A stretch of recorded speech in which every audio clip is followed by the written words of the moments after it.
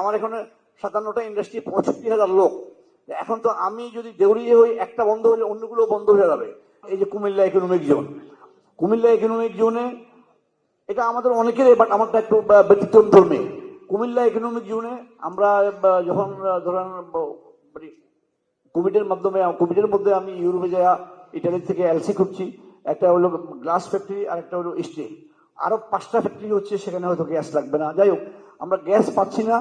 বেজা আমাদেরকে বলছে বাংলাদেশ অর্থনৈতিক অঞ্চল কর্তৃপক্ষ যে তারা সমস্ত সেবা, ইলেকট্রিক, গ্যাস, বিদ্যুৎ, পানি, রাস্তাঘাট লাগলে করে দিবে, তোমরা শিল্প করো, এবং বিদেশি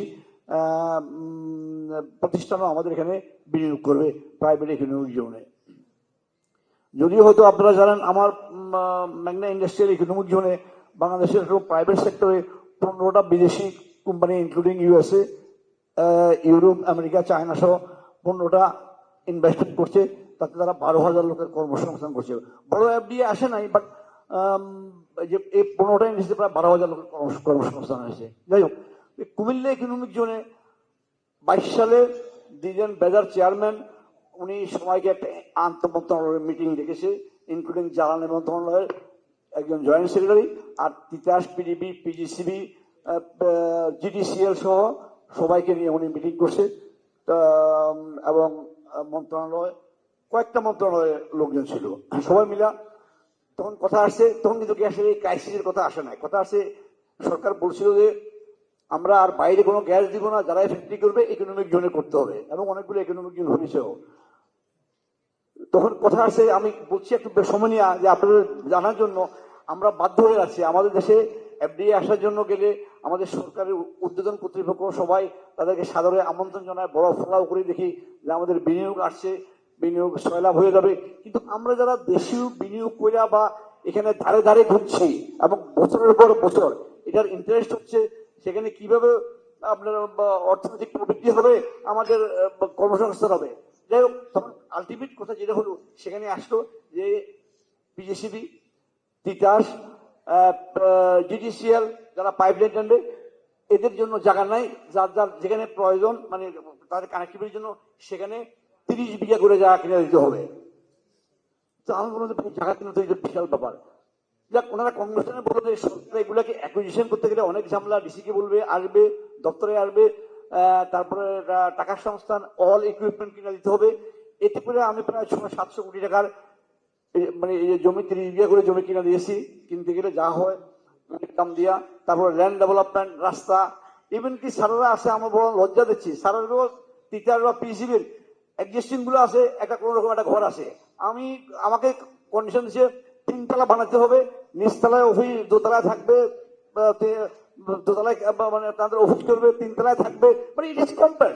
তা আমরা কিভাবে শিল্প করবো? যেখানে যাই সেখানে সহজীকরণের চাইতে তাদের অফিসগুলো এরকম। আমি দুঃখ করে বললাম, তারপর একটা গাড়িও দিতে হবে, আমি গাড়িও কিনা দিছি। যাই হোক, এইভাবে আমাদেরকে যদি বলেন যে হাত পা বাজা নদীতে ফেলে যে তোমরা মানে শিল্প করো, ব্যবসা করো, কর্মসংস্থান করো, অর্থনৈতিক প্রবৃদ্ধি বাড়াও, তো এটা তো আমার একার চিত্র না, সবাই। যাই হোক, আমি সব কিনে দিয়েছি। 700 কোটি টাকা আমার খরচ গেছে, তাদের সমস্ত ইকুইপমেন্ট, তাদের ড্রয়িং ডিজাইন, এবং আল্লাহর রহমতে ওনারা নিজে করতো, সরকার করে দিত, ওনারা ড্রয়িং ডিজাইন করে দিয়েছে। আমি ধরুন 100 কোটি টাকা বা 300 কোটি টাকা আনছি, ওনাকে 5-7% 85 লক্ষ টাকা করে এক একজনকে বোধ হয় তিতাসকে দিতে হয়েছে, আর কাকে দিতে হয়েছে কনসালটেন্সি ফি। তো এই হলো আমাদের দেশে আমাদেরকে শিল্পের জন্য উৎসাহিত করা। উনি আছে, সাহেব আছে এখনো এখানে। এই হলো আমাদের দেশের অবস্থা। আমি সব করে দিলাম। এখন বলছে মাননীয় সচিব মহোদয়, আগের যে অ্যাডভাইজার ছিল, কেয়ারটেকার গেছি, যে তোমার তো ডিমান্ড নোট নাই। দেখ, আমি বললাম যে একটা তো 19 সালে আছে, আমার এটা যদি না থাকে, আমি তখন এটা করছি, আমি আর দরখাস্ত তো দিয়ে রাখছি, আমি যে ডিমান্ড নোটের পিছনে ঘুরবো, ডিমান্ড নোটটা করবো, যেটা হয়তো উনি আজকে একটা ক্লজ দেখাচ্ছে, আপনার তো ডিমান্ড নোট নাই, যাদের ডিমান্ড নোট আছে তাকে দিতে পারছি না। তখন আমি বললাম যে আমার 19 সালে টাকা জমা আছে, ওটার থেকে দেন, বাট এটার জন্য আমি আর তদবির করি নাই, এখন বলছি ডিমান্ড নোট নাই। এখন এই যে অবস্থা, আমি আইএফসি, ওয়ার্ল্ড ব্যাংক, IMF, ইতালির সাসে থেকে $600 মিলিয়ন, 600 মিলিয়ন 6-12-72 7,200 কোটি টাকা। এবং এটা আমি মাননীয় প্রধানমন্ত্রী গত মাসের 20 তারিখে আমাদের কয়েকজনকে ডাকছে, সেখানে অর্থমন্ত্রী মহোদয়, বাণিজ্য মন্ত্রী, প্রিন্সিপাল সেক্রেটারি, বাংলাদেশ ব্যাংকের গভর্নর ছিল, ডাকছে ওনারা 4টে স্টিল মিল বিক্রি করার জন্য, বা আমরা কিভাবে বিনিয়োগ করতে পারি। তা আমি সেই সম্বন্ধে কিছু কথা বলা, যেহেতু মাননীয় প্রধানমন্ত্রীকে সামনে সৌভাগ্য হচ্ছে, আমি বললাম যে আমার এই বিষয়গুলা আমি তো এখন তাই দেউলিয়া হয়ে যাওয়ার অবস্থা হবো। এক, দুই হলো, আমি যদি বাংলাদেশের লোন থাকতো আমি বলতাম সরকারের কাছে আবেদন করতাম আমাকে সুদ মাফ করে দেন, আমাকে 5 বছরের কিস্তি 10 বছর করে দেন, কিন্তু এখানে তো এই সুযোগ নাই। এখানে আইএফসি, ওয়ার্ল্ড ব্যাংক এবং ইটালির সাসে বা চাইনিজ সরকারি ব্যাংক, এখানে তো এই সুযোগও নাই।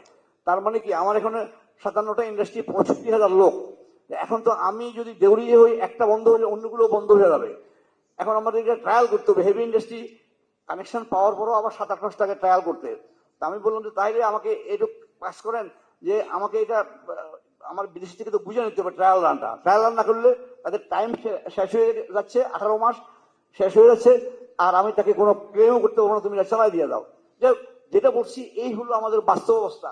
আমাদের স্যাররা, আমাদের বিশেষজ্ঞরা সবাই আমাদেরকে বলছে হ্যাঁ তোমরা শিল্প করো, ব্যবসা করো, কর্মসংস্থান করো। তাহলে কিভাবে করবো? বিদেশ থেকে আসলে আমরা তাদেরকে গুরুত্ব দিব বা তাদেরকেও যদি এইভাবে কমিটমেন্ট করে, তারা তো আমাদের কাছে আসে যে আমাদের কি অবস্থা। এখন এটা আমি কাকে যেভাবে চোখ বুঝা রাখিয়া বললো যে আমি দেখি নাই, পৃথিবীর কেউ দেখে নাই, তারা তো আমাদের পত্র পত্রিকা পড়ে। এবং নট অনলি দ্যাট, দেখেন আসেন কোনো একটা সমস্যা হলে কি অবস্থা, আমাদের দেশের অনেকগুলো সংস্থা আছে। আমি এক জায়গায় অন্য কথা বলছি, আমাদের একটা ওয়ার্ল্ড ব্যাংকের সংস্থার আমার ডিসবার্সমেন্ট আসবে, এখন বলছে তোমার নামে তোমার আমার সিএফ করলো, আমি বিদেশ থেকে আসার পরে, আমি অনেকদিন বিদেশ ছিলাম, যে তোমার চেয়ারম্যান সাহেবের নামে ট্রাভেল ব্যান। তো বলে উনি যখন বিদেশে আসছে, ট্রাভেল ব্যান থাকলে উনি কোর্ট থেকে অর্ডার নিয়ে যায়। এখন এটা বাংলাদেশের প্রথিত কথা, দুদুকে এখন কমিশনার নাই, চেয়ারম্যান নাই, যার জন্য হচ্ছে না। আমার সিএফ এটা বললো। দ্বিতীয়ত আসে বলে তোমার নামে আমরা দেখছি আবার একটা মিউনিসিপ্যালিটিতে একটা কেস আছে, তোমার চিনি নাকি প্যারামিটার ভালো হয় নাই। যাই হোক, আমি ওই কথাটা ম্যাজিস্ট্রেটকে চ্যালেঞ্জ করছি এবং বললাম যে বাংলাদেশে বিএসটি আছে, সায়েন্স ল্যাবরেটরি আছে, আণবিক শক্তি কমিশন আছে, মিউনিসিপ্যালিটির এই একটা বাংলাদেশ ইনস্টিটিউট, তার ইন্সপেক্টর যাবো আমি না, বাংলাদেশে যত ফুড ব্যবসায়ী আছে সবাইকে। এখানে আমাদের অনেকের মাল খারাপও আছে, খারাপ থাকতে পারে, আমি সেটা চ্যালেঞ্জ করছি না, তার চেয়ে অনেক বেশি গুণ আমাদের আপনার ল্যাবরেটরি। এবং আমি বলি বিএসটি কি আমার প্রতিনিয়ত প্রতি কনসালটেন্ট আসতেছে, আমরা বিএসটি দেখতেছে, আমাদেরকে ইন্সপেকশন করতেছে, চাওয়া দিচ্ছে। আমি যেটা বলছি উল্লেখ করছি এই জন্য যে বিদেশিরা আমাদেরকে এটাও বলে, আমাকে বললো যে তোমার ওখানে কেস আছে, তো আমি বললাম তো এটা কেস আছে, কেস তো এখন বাংলাদেশের মানে বিভিন্ন সংস্থা বিভিন্ন হচ্ছে, কে কাকে কন্ট্রোল করবে, কি করবে, এগুলো তো হচ্ছে ভাই, এগুলো উই আর ফেসিং ইট। আমাদের তরফ থেকে প্রতি মাসে আমরা সরকারকে 5,000 টন চিনি দিচ্ছি, এবং দেশে প্রায়, যদিও অন্য চিনি মিলগুলো বন্ধ থাকাতে আমাদেরটা বেশি চলছে, প্রতি মাসে আমি 1.5 লক্ষ টন চিনি মার্কেটে দিচ্ছি। তো সুতরাং ওরা কোথায় কোন মোদি দোকানে কি পাইছে, মিলানো পাইছে না পাইছে কেস। যাই হোক, তো আমাদের সমস্যা তো একরকম না, সারা শরীরে মানে ব্যথা কোথায় দেব, মানে ওষুধ, আমাদের সেই অবস্থা হয়েছে। আমাদের এন্টারপ্রেনারদের যখন যে যেখানে যাচ্ছে, যে মন্ত্রণালয় যাচ্ছে, এবং অনেকগুলো মন্ত্রণালয় এবং এবং সংস্থা কি হয়ে গেছে এখন, যে সবাই তাদের এফিসিয়েন্সি দেখার জন্য, যেমন আমার ধরুন ফার্ম গেটে খামার বাড়ে, আণবিক শক্তি কমিশন, একবার কবে চেয়ারন বিল হয়েছিল, চেয়ারন বিলের সময় আমরা একটা কনসালমেন্টে 5,000 টাকা দিতাম, আমরা আমার স্যাম্পল পৌঁছে দিতাম, কাস্টমার মাধ্যমে হয়ে যেত। এখন পুরো জাহাজের উপরে 50 লাখ 1 কোটি টাকা। এইভাবে আরো সময় দিলে তো শেষ করে দেবো, আমি সমস্যার কথাই বলবো। জি, শেষ করে দেব। ওকে, আমি আর মানে এটা দীর্ঘায়িত করবো না। আমার একটাই কথা সরকারের কাছে এবং আমাদের নীতি নির্ধারক এবং আপনারা যারা আছেন, আমি শুধু না, আসলে আমরা তো বড় স্যারদের কাছে একটু বলতে পারতেছি, কিন্তু আমাদের যারা ইয়াং ব্যবসায়ীরা আসবে, এরা তো বা ডিসি স্যার, সচিব স্যার, মন্ত্রী সাহেবদের কাছে কোনো যাওয়ার কোনো স্কোপ নাই। এখনো সে মান্যতার আমল রয়ে গেছে, চিঠি দিলে দরখাস্ত দিলে কি জন্য আসছেন দেখাই করতে পারে না। এই জন্য আমাদের এই যে ডুইং বিজনেস, আমরা সবাই বলি মুখে মুখে সব করছি হয়ে গেছে বলে দিচ্ছি, কিন্তু আসলে এগুলো কিছুই হচ্ছে না। দিন দিন কঠিন থেকে কঠিন হচ্ছে। আমাদের দুর্ভোগ আমার মনে হয় কিভাবে কাটবে এটা আমিও খুব হতাশ।